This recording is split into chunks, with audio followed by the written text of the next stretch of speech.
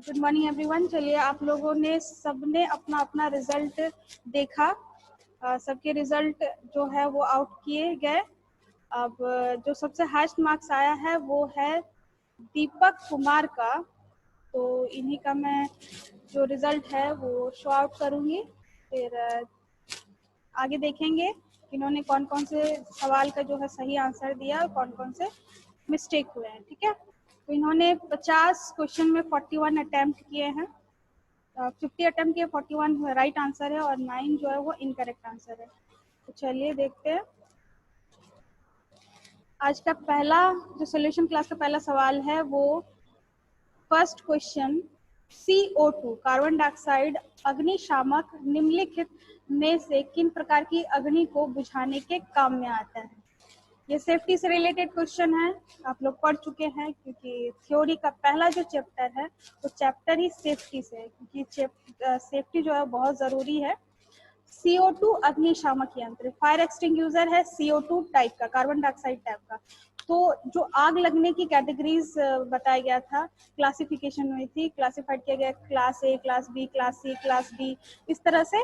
तो कौन से क्लास की आग को बुझाने के लिए CO2 अग्निशामक यंत्र का उपयोग करते हैं। तो CO2 अग्निशामक जो होती है फायर एक्सटिंग्यूजर, वो क्लास B और क्लास D में जो जिस पदार्थ से आग लगती है उस आग को बुझाने में ये फायर एक्सटिंग्यूजर का इस्तेमाल किया जाता है। तो क्लास बी में किस प्रकार का आग लगती है उस पदार्थ को रखा गया है, तो उस कैटेगरी में रखा गया है ज्वलनशील द्रव, जैसे मिट्टी का तेल हो गया, डीजल हो गया, पेट्रोल हो गया, ये ज्वलनशील जितने भी द्रव होते हैं, ठीक है, उनको क्लास बी में रखा गया है। क्लास डी में जितने भी इलेक्ट्रिकल इक्विपमेंट से जो आग लगती है उस आग को क्लास डी में रखा गया है। तो इन दोनों क्लास में, यानी क्लास बी और क्लास डी दोनों में जो आग लगती है, जिस पदार्थ से आग लगती है, उस आग को बुझाने के लिए CO2 अग्निशामक यंत्र का उपयोग किया जाता है। बिल्कुल राइट आंसर है। अगले सवाल की ओर बढ़ते हैं। अगला सवाल है ISO का तात्पर्य है। ISO का यानी कि इसका फुल फॉर्म बताना है, इसका फुल फॉर्म क्या है। तो ISO International Organization for Standardization, ये हिंदी में इसको कहे तो अंतरराष्ट्रीय मानकीकरण संगठन है। ठीक है, ये एक प्रकार का क्वालिटी स्टैंडर्ड सर्टिफिकेट है जो कि कोई उद्योग को, कोई संस्थान को या किसी व्यवसाय को दिया जाता है। तो उससे पहले उसकी जांच की जाती है कई पॉइंट पर, जैसे कि उसके क्वालिटी पर, उसके गुणवत्ता पर, उसके मैनेजमेंट सिस्टम पर। तो इन सब की जांच करके उसको प्रमाणित किया जाता है। ये करता है ISO। तो इसका फुल फॉर्म होगा इंटरनेशनल स्टैंडर्ड ऑर्गेनाइजेशन। बिल्कुल सही जवाब दिया है। फुल फॉर्म जो है इन सबका बहुत इंपॉर्टेंट है, इनको याद रखना अति आवश्यक है। ठीक है, अगले सवाल की ओर बढ़ते हैं। अगला सवाल है, अगर टेनॉन सॉ के दांत घिस गए हो तो उन्हें तेज करने के लिए किस प्रकार के फाइल का आप इस्तेमाल करेंगे। तो टेनॉन सॉ जो कि इलेक्ट्रिशियन में आप काम में लाते हैं, वायरिंग में, जो कि वुडन लकड़ियों को, बोर्ड को काटने में इसका इस्तेमाल किया जाता है। अगर उसके दांत जो होते हैं वो घिस गए हैं, ठीक है, धार जो होती है वो धार खत्म होने के कगार पर है, तो उसको तेज करने के लिए एक फाइल का इस्तेमाल करते हैं, वो होती है त्रिभुजाकार, ट्राइंगल टाइप का फाइल होता है। ठीक है, उससे इसे घिस के उसके दांत को फिर से तेज किया जाता है। बिल्कुल सही जवाब दिया है। अगला सवाल है, इलेक्ट्रिकल आयरन का सोल प्लेट किसका बना होता है। तो इलेक्ट्रिकल आयरन का सोल प्लेट यानी नीचे का जो प्लेट होता है जिसके ऊपर यानी स्त्री होती है, तो वो होती है कास्ट आयरन। ठीक है, सही जवाब दिया है। अगले सवाल की ओर बढ़ते हैं। अगला सवाल है, इलेक्ट्रिकल फायर के मामले में निम्नलिखित का प्रयोग आग बुझाने के लिए किया जा सकता है। तो इलेक्ट्रिकल फायर यानी अभी अभी बताया कि ग्रुप डी यानी जितने भी इलेक्ट्रिकल इक्विपमेंट से आग लगती है, तो उसको तो जैसे आग बुझाने के लिए फायर एक्सटिंग्यूजर का इस्तेमाल करते हैं, वो होती है CO2 या CTC भी कर सकते हैं। तो अगर ये डिपेंड करता है कि आग की मात्रा कितनी है। अगर थोड़ा बहुत आग लगी है तो उसको जैसे कि वर्कशॉप में रखा होगा बकेट में बालू रेत, तो उससे भी उस आग को बुझा सकते हैं। ये निर्भर करता है कि आग की मात्रा पर। आग की मात्रा अगर अधिक है, अधिक क्षेत्रों में आग लगा है एरिया में, तो बालू से तो वो खत्म नहीं होगी, वो आग नहीं बुझेगी। तब उस टाइम क्या करते हैं, फायर एक्सटिंग्विशर का इस्तेमाल करते हैं। लेकिन अगर आग की मात्रा कम है तो सूखा बालू से हम उसको आग को बुझा सकते हैं। बिल्कुल सही जवाब है। अगला सवाल है, कृत्रिम श्वास क्रिया की सरलतम विधि है, यानी जो आर्टिफिशियल जो श्वास देते हैं तो कई प्रकार की होती है, सिल्वेस्टर होती है, सेफर होती है, मुंह से मुंह में श्वास देना, मुंह से नाक श्वास देना। तो इन सब में सबसे आसान जो और एकदम इजी जो मेथड है वो है मुंह से मुंह में श्वास देना। ठीक है, चूंकि सिल्वेस्टर सेफर ये अलग अलग विधियां अलग अलग केसेस में इसका उपयोग किया जाता है, इस विधि का उपयोग किया जाता है। लेकिन ये विधियां लगभग 3, 3.5 या 4 घंटे लगातार करनी पड़ती है, तो इसमें समय भी अधिक लगता है और किसी निपुण व्यक्ति को भी करना होता है। ठीक है, जिसको इसके बारे में पूरी जानकारी हो। तो इसी में ये कहा गया है कि जो सबसे इजी मेथड, सबसे सरलतम विधि वो है मुंह से मुंह में श्वास देना। इसमें सिंपली क्या करना पड़ता है, अगर कोई व्यक्ति को कृत्रिम श्वास की जरूरत है, उस पीड़ित का मुंह बिल्कुल साफ करके कोई रुमाल, साफ रुमाल रख के सीधे मुंह से मुंह में श्वास देना। तो ये बिल्कुल सरलतम विधि है। बिल्कुल राइट आंसर दिया है। अगले सवाल की ओर बढ़ते। अगला सवाल है, किस तरह का अग्निशामक इलेक्ट्रिकल अग्नि को शमन करने योग्य है? तो अभी अभी बताइए, सिर्फ क्वेश्चन जो है ये लगातार रिपीटेड है, लेकिन क्वेश्चन का जो पैटर्न है वो थोड़ा अलग करके दिया हुआ है। ठीक है, तो ये सवाल जो है कि इलेक्ट्रिकल इक्विपमेंट से जो आग लगती है, कहने का यही तात्पर्य, यही अर्थ है, तो उस आग को बुझाने के लिए किस प्रकार का फायर एक्सटिंग्विशर यूज करना चाहिए या इसके योग्य है? तो ये होती है CO2 अग्निशामक यंत्र या CTC।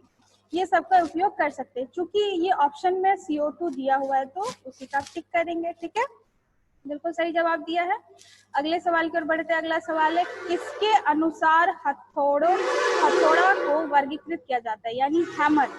तो जैसे कि जितने भी सारे आप लोग ट्रेड टूल्स के बारे में पढ़े होंगे, तो ट्रेड टूल का जैसे प्लायर हो गया, आपका जितने भी सारे टूल्स है, तो उनका जो क्लासिफिकेशन होता है, कुछ ना कुछ स्पेसिफिकेशन होता है।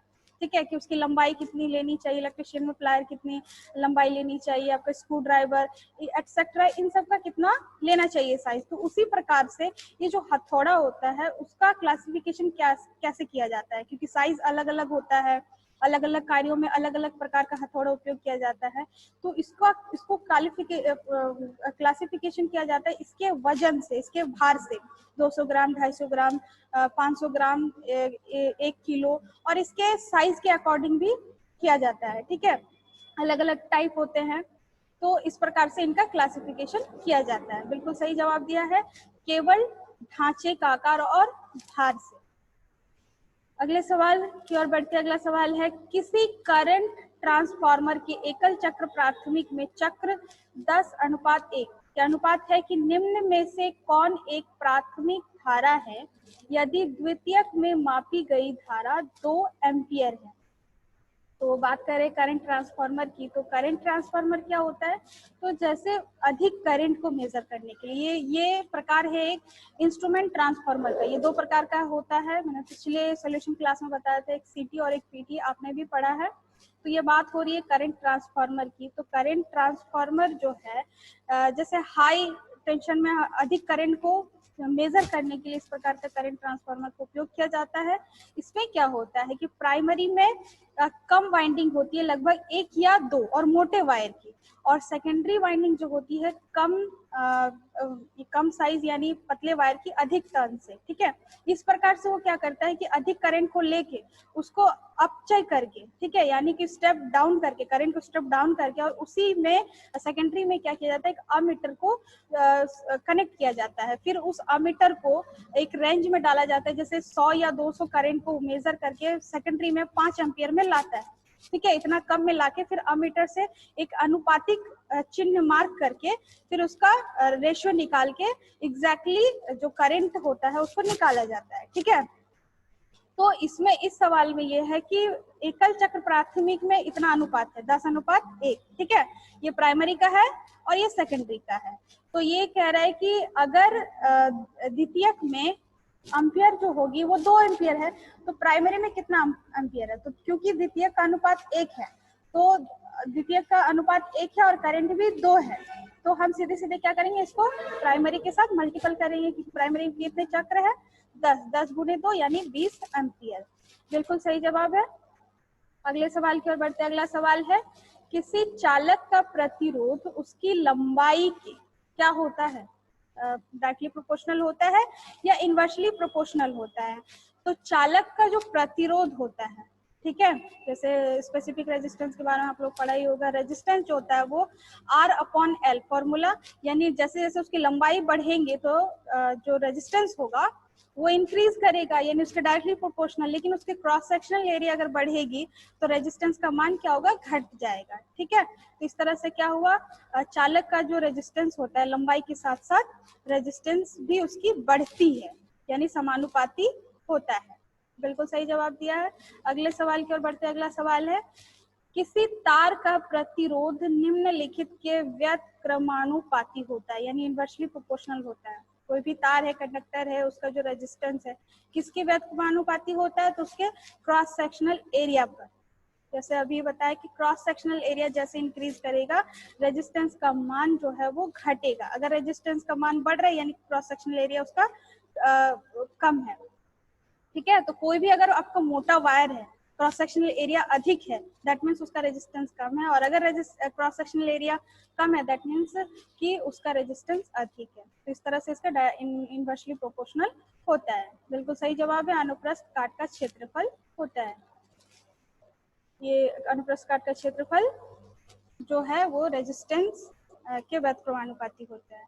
अगले सवाल की ओर बढ़ते हैं। अगला सवाल है, किसी धारा ट्रांसफार्मर की द्वितीयक में होगी, कोई करंट ट्रांसफार्मर है तो उसकी सेकेंडरी में, या बात हो रही है चक्करों की यानी टर्न्स की, तो उसके प्राइमरी में बहुत कम टर्न होते हैं, 1 या 2, और वो भी कितने मोटे वायर गेज के होते हैं, मोटे वायर के होते हैं।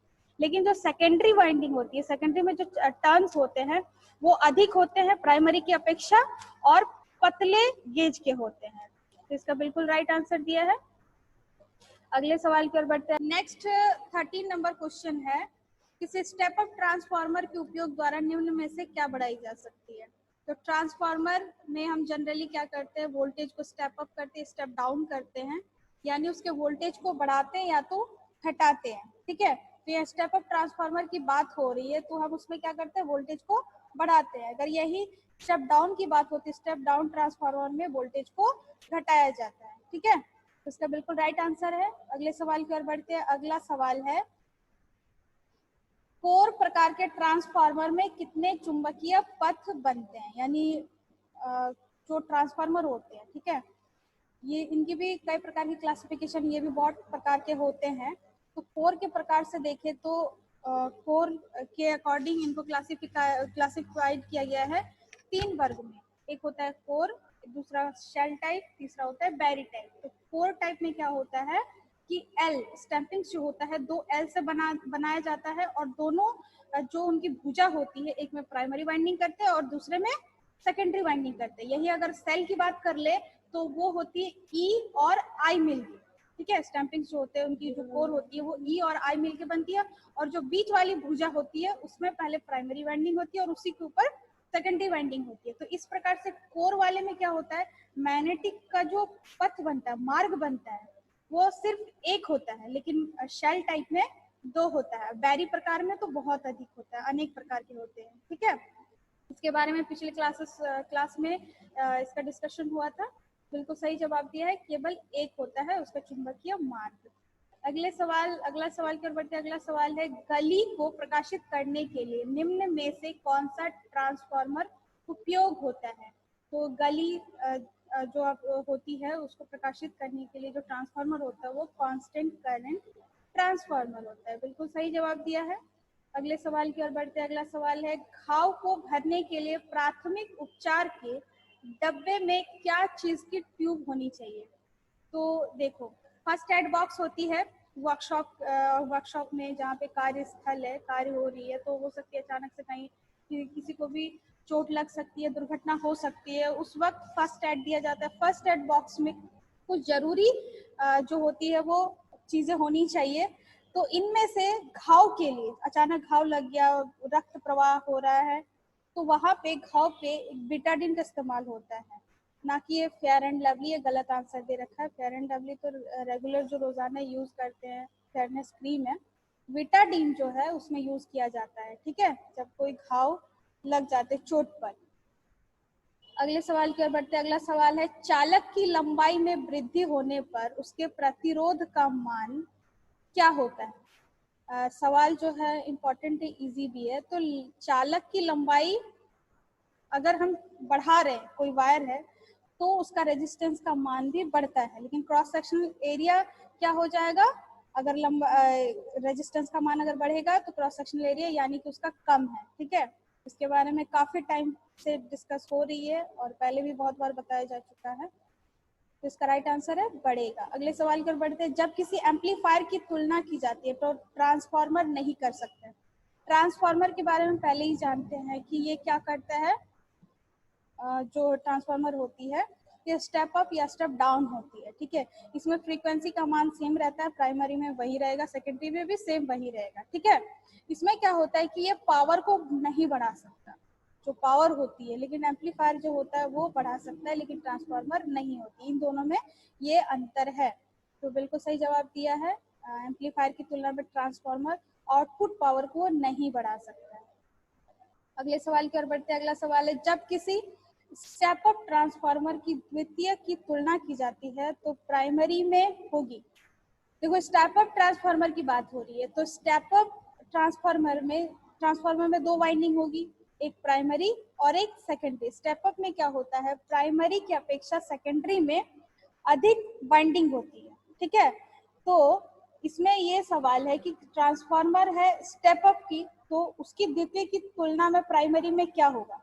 जो पद आ रहे हैं वो वोल्टेज और धारा में हमें बताना है।